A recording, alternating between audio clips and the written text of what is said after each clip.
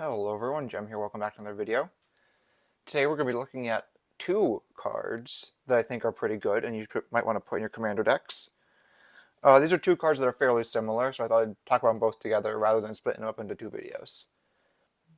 These are cards that protect your commander and make them unblockable, as well as each having a bit of different utility. The first card I'm going to be talking about is Brotherhood Regalia. Brotherhood Regalia is a 2-mana equipment.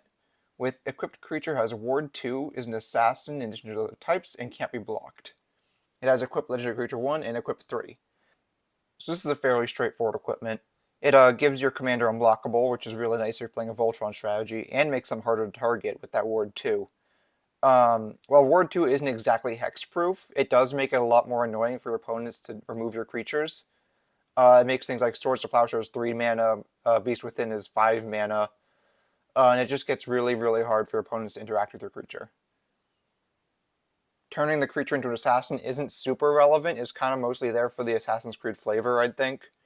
But there might be some corner cases where it's useful. Having equipped Legendary Creature 1 really makes this an effective piece of equipment. I'd kind of put it on like the same level as Swiftfoot Boots, although it doesn't give the creature haste. The one negative of this card is it's starting to climb in price. Maybe it isn't as underrated as I thought, because it's about $5, I think, for a non-foil copy right now, and $7 for a foil. The second card we're talking about is not as good, but I think is pretty darn fun. It is Psychic Paper. Psychic Paper is a 2-mana equipment. As Psychic Paper becomes attached to a creature, choose a creature card name and a creature type.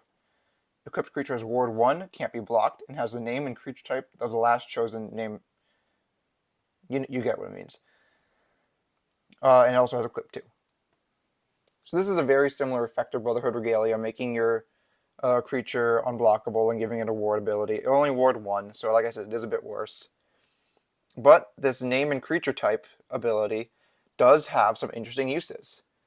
If your opponent is playing something like Pithing Needle, this gets around that by changing the creature's name. And if your opponent is playing some sort of typal deck that uses old cards, they may have some effects that give a universal buff to all creatures of a certain type. So you can take some of those kindred buffs for your own with this, by naming something like Sliver or Zombie. You could also just be funny with it like I do and name Colossal Dreadmaw Dinosaur. Never gets old. Unlike Brotherhood Regalia, this card's fairly on the cheap side. It's under $1, as far as I remember. Might have changed in the last day, but I doubt it. And those are your two equipment that I think are underrated. What do you think? Are you putting them in any decks? Or do you have them in any decks already? Let me know down in the comments, and I hope you have a great day.